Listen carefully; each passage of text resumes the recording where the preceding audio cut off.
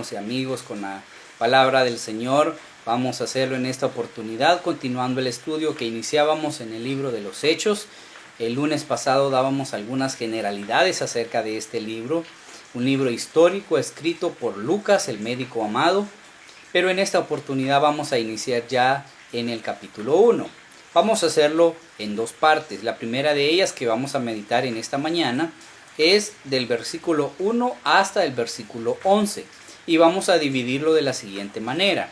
Del versículo 1 y el versículo 2 vamos a hablar un poco acerca del destinatario. Del versículo 3 al versículo 4 vamos a encontrar el relato de su resurrección y promesa del Espíritu Santo. Del versículo 8 y el versículo 9, la comisión para predicar el Evangelio y el Señor Jesucristo asciende. Luego del versículo 10 y el versículo 11 vamos a hablar acerca de la promesa de su regreso. Esperamos en el Señor que estos estudios sean de bendición para nuestros corazones. En primer lugar, vamos a hablar acerca del destinatario. Versículo 1 y versículo 2 nos dice: en el primer tratado, oh Teófilo, está hablando del Evangelio de Lucas, hablé acerca de todas las cosas que Jesús comenzó a hacer y a enseñar. Eso habla del ministerio terrenal de nuestro Señor Jesucristo, hasta el día en que fue recibido arriba. Nos está hablando de su ascensión. Después de su muerte en la cruz, su sepultura, Él resucitó al tercer día. Y luego, estando con sus discípulos, como vamos a ver más adelante, por 40 días, Él asciende y se sienta a la diestra del Padre, hasta el día que fue recibido arriba, después de haber dado mandamientos por el Espíritu Santo a los apóstoles que había escogido. En segundo lugar, en el versículo 3 y versículo 4 encontramos el relato de su resurrección y la promesa que Él les había dado acerca del Espíritu Santo. Y Él les dice, a quienes también, después de haber padecido, se presentó vivo, no como un fantasma, no como un espíritu, sino vivo, resucitado, con cuerpo glorificado. Y dice, con muchas pruebas indubitables. Esta palabra indubitable significa imposible de dudar de ello. Las pruebas que el Señor Jesucristo mostró después de su resurrección fueron imposibles de dudar de cada una de ellas. Y se les apareció durante 40 días. 40 días duró el momento o el tiempo en el que el Señor Jesucristo estuvo con sus discípulos luego de su resurrección, hablándoles acerca del reino de Dios. Y luego entonces en el versículo 8 y versículo 9 encontramos ahora acerca de la comisión para predicar el Evangelio y su ascensión. Él les dice, pero recibiréis poder. Él les dijo la promesa que les había dado, que no se fueran de Jerusalén, sino que permaneciesen en ese lugar, porque ellos tenían que esperar la promesa del Padre, la que habían oído de Él, que era el Espíritu Santo.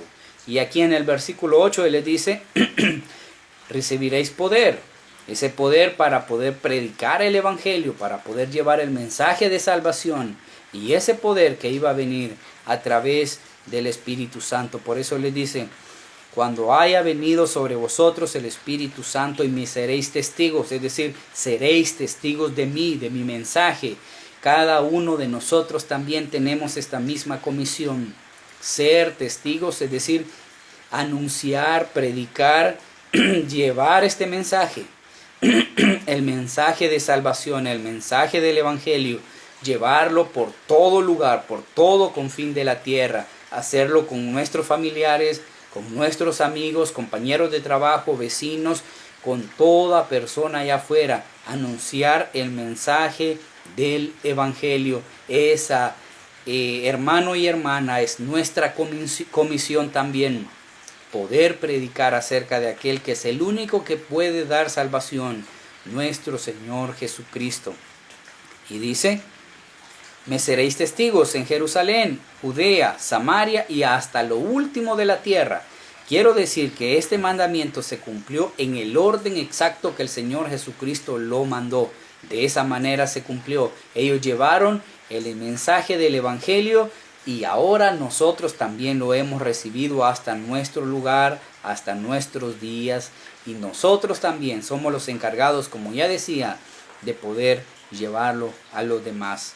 Y habiendo dicho estas cosas, viéndolo ellos, fue alzado y le recibió una nube que le ocultó de sus ojos. Podemos pensar en ese momento donde ellos vieron ascender a su Señor.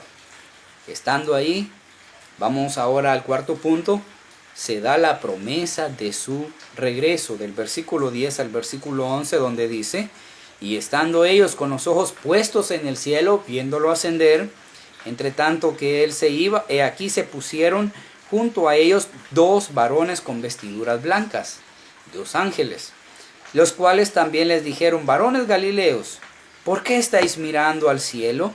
Este mismo Jesús que ha sido tomado de vosotros al cielo, así vendrá como le habéis visto ir al cielo. Esa, amado hermano y hermana, es la promesa que nuestro Señor Jesucristo nos dejó, la esperanza de su pronta venida. Por supuesto, aquí está hablando de que un día Cristo volverá a la tierra, específicamente al monte de los olivos, de la misma forma en la que Él ascendió con nubes. De esa manera también Él vendrá para establecer su reino. Esa es la esperanza que los cristianos tenemos también. Antes de ese acontecimiento, Él vendrá por su iglesia y cada uno de nosotros estamos esperándole. Esa es la promesa que Él nos ha dejado, la esperanza de su pronta venida. Gocémonos en esta verdad, que el Señor viene pronto. Él bendiga su palabra. Amén.